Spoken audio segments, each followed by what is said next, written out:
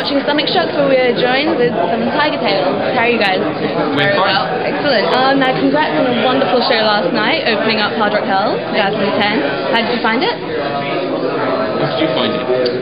It was fun. It was great. The crowd were fantastic. I've got a terrible blood blister, which Blood blister. I will not tire of showing people my blood blister. But just like my stories, my kiss stories. I've already heard his kiss story a thousand times. Yeah, but no, the crowd were fantastic. I thought we weren't bad. You know, we played more badly. I think we passed muster. No, we always, you know, every we've done this place now 3 years, and we did the road trip to Ibiza as well. And to be honest, it's an easy thing for us to do because we know we will just turn up here and everyone's really up for it. They're real rock bands. So for us, it's a no-brainer really. You just go to North Wales and just have a great 3 days and just drink beer and just have fun like everyone else. So, and again, we expected it to be good and it was, so it was quite easy for us. So what makes Hard Rock Hell so special for you guys out of all the other festivals? Do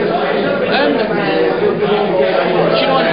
I wish I knew. In honesty, I wish I knew because it is a very, very special festival for us. And we've just done a sign a new album, and I don't know. If I did know, it would be great because we could take that all over the world. But I really don't know. I think the reason this festival is so popular is it's out of the main festival season, so we're right in the heart of winter, and we're on a holiday camp, so you've got all the facilities here already, and it's just brilliant. All the accommodations on here, all the food's on here, all the bands are here, and it's great. Well, it is. Why? I honestly don't know why. For us, it really stands, and I don't know why. It's a bizarre thing to say, but we always go down really well at this festival, and people think of us as like the house band. Someone said that last night. Undeniably, we're a popular band at this festival, and why I don't know. If I did, then it'd be great because we could do that everywhere. But maybe the Wales connection. Well, I don't think so. No, not so you did the English. We're only half Welsh now. Yeah. But no, I mean, you could say the Welsh connection, but we go to other places in Wales, and it's this place, So I really don't know. I wish I did, but without a doubt, this is the most special place for us on the planet. Without a doubt, it's amazing. We'd love to come back. Now, it's been 20 years since Bezerk was first released, and on Monday you're releasing the live album. How was the recording process for this? It was a long process, to be honest. When we started originally, we were writing for a new album. We were so conscious of the fact that it would be the first album without Pepsi, which was a massive part, probably individually bigger than any member of this band. So we knew the next album must be a great album, and the last album Thrill Pistol was done. We knew it would be the last time we'd ever work with him. So it was a kind of compromise between we were recording the Thrill Pistol album, and I would go and get him from hospital where he was dying, bring him in, play some bass, and he played all the everything he contributes to that is him. It's nobody else.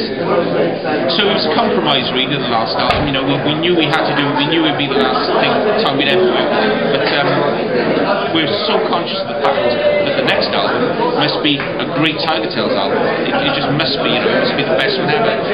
So it was taking time to write the album, and we thought, well, we did the 20th anniversary of the Bezerk tour, so we thought, well, we'll do a live album as kind of a way of filling the gap. The new album will start recording next year. We've been writing, Sarah's been writing as well, and we were conscious it had to be a full band album as opposed to what we've done in the past. And Sarah's written some songs which we were working on a few weeks ago, and they're fantastic. So we really want the people in the band to be known as individual kind of members. So it's taken time to write the new album, but the new album will be fantastic. So the Bezerk thing, we knew we had to do Bezerk live. If it had to be done, it had to be done this year. 20th anniversary. Yeah, obviously because of that. But we initially thought naively, we thought, well, we'll go into the we'll record a gig and everything will be fine. The first gig we recorded, you know, you couldn't hear the crowd. The second gig, my guitar wouldn't work in the third or fourth song. So basically, I'm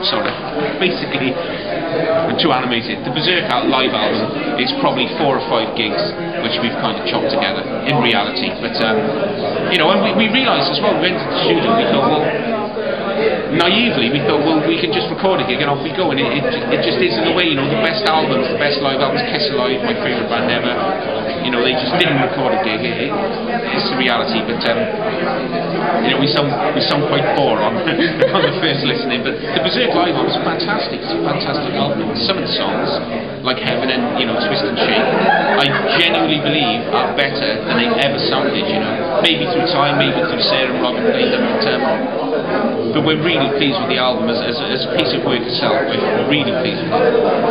I saw that it was really recorded in a couple of different concerts, including Stockholm, if I'm not mistaken. Yeah. How are the audiences? Do they differ according to the countries? Well, they speak a different language. The audience in Stockholm was fantastic, but it is amazing how many people we saw after the show have come from England as well. We saw quite a lot of regular faces from the Tailz shows over here. But you know, in fact, we even met a guy in Stockholm who travelled all the way on his own from Australia. He did actually, wasn't he? Yeah, so hard. he had freaking long hair right down to his knees, didn't he? It was great. And he wasn't mental either, which was quite nice. It's a good day, mate. And he wasn't, you know, I thought you must be mental to travel from Australia, and he wasn't that mental, was he? No, he was a lovely guy. But the crowds, I don't know, the Stockholm one was a difficult one because a lot of the bands had to cancel because it was at the time the volcano crisis was going on. So it was a bit of a strange show, but by the time we went on, it was a really good crowd. We went on till about 10 to 1 in the morning, but they were absolutely fantastic. Everybody was, you know, raring to go. And I don't know, what about the crowd in Newcastle? They were pretty you know, in truth, the situation was we would do a gig with a great crowd, and we listened back to the recording, and you can't hear the great crowd. So we actually got to the point whereby we had the album finished, and our producer, who we've known forever, Tim Lewis, he was with us since the Live Without You days. He said, well, you know, there's bits of this where actually it was me. What I actually did was he mistakenly went to make some coffee, and I was kind of, I'm not the most adept person on the keyboard, and I was just, he said, oh, you know, pressing some buttons and the crowd disappeared. So basically I raised them. So we were literally in a position where we had to go to Newcastle, and we had no crowd on Love Bomb Baby, I think no crowd on Ice Spade. So there were people at the gig. They were, but not when I did. Not when you deleted it. You know, so I couldn't believe I did it, but there you go. But no, literally, we were at that point where we thought, well, we can't put this album out till we get someone, you know, singing Love Bomb Baby, because some stupid person in the radio. But no, in the end, you know, it's great. So that's what we did. You know, there's what you hear is not necessarily what you have. I mean, there's people there's crowd from Sweden, there's crowd from Newcastle. You know, the crowd from Newcastle singing Love Bomb Baby. To a backing track that we recorded. We actually recorded Love Bomb Baby in Cardiff, but the crowd from Newcastle. It's bizarre. It's all chop and change, but it's quite interesting, though. It does, yeah, at the end of the day. So next year it will be 20 years since One Side. Are you going to do another live album for that, or is this just a one-off? There's an idea. We should do that. Well, should we? If he doesn't freaking delete everything. I've learned by my mistakes in the past. Don't touch your computer.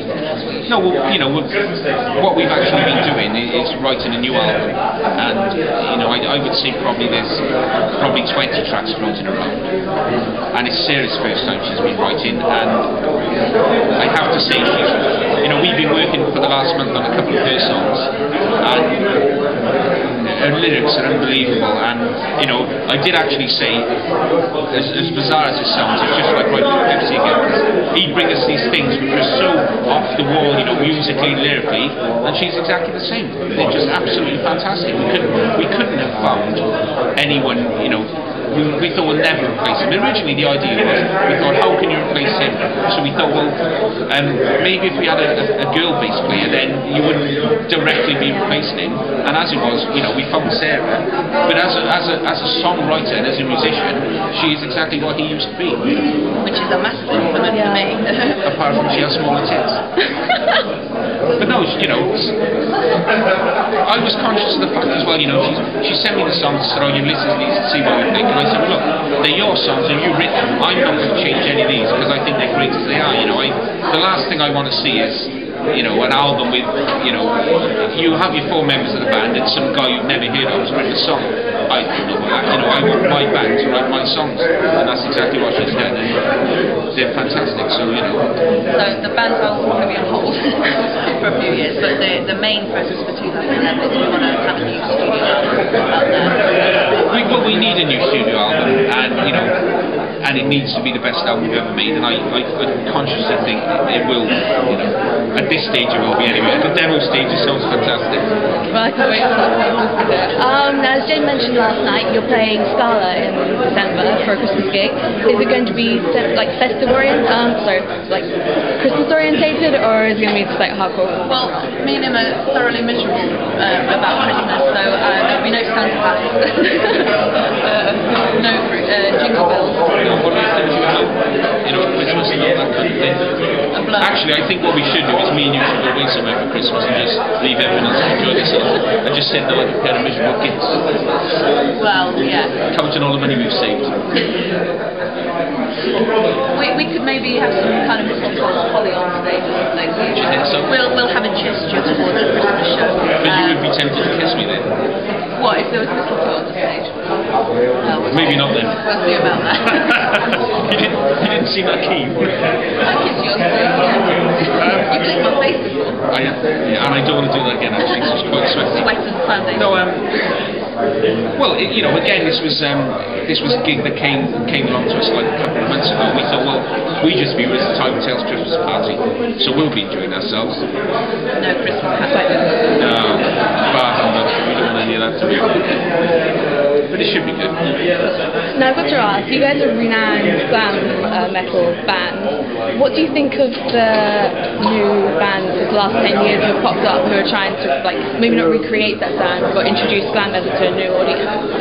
Personally, and we'll answer this individually, I absolutely love Hardcore Superstar. I think that it's just the most devastating band I've ever seen, and you know, they're lovely people. We've done a few shows with them, and if I had to pick one band probably from the last 10 years who I think for me stand above everyone else, Hardcore Superstar. Still Firebrand. Thank you. I went to Download in June, and I was in the tent for Reckless Love, and I could not believe how popular they were. Absolutely fantastic. The tent was absolutely packed, and it's great because the audience, there were loads of young kids there, and you just think they're now going to go home and they're going to ask their parents and they're going to say, you know, play me this and play me that, and I think it's going to introduce a whole new generation of people to that kind of music. So yeah, I think it's great. Crash Night as well in Sweden. Do you remember them? Yeah. Came in on his mic. Yeah. It's Triumph. Triumph, mind you. It was a Triumph, of course it was. British, you see, British. Yeah. We don't want any Japanese rubbish here. Sorry. Okay, so you've just mentioned that you were going to have a new studio album from you guys next year. Can we expect a tour as well? We can expect probably 2 tours, I would say, Firebrand. Yes, I'm not sure what we're allowed to say, but there will be a tour next year, and it will be bloody brilliant. More news after the Scala show, I promise you. No, of course, yeah, we will be touring next year. Wonderful. Maybe more than once. What do you think? If she hasn't killed me by then. She nearly did last night. Did you? You were very nice. Oh, I was a bit drunk. Okay, well I think that rounds up all our questions. Thank you so much, guys. No, thank you. Thank you.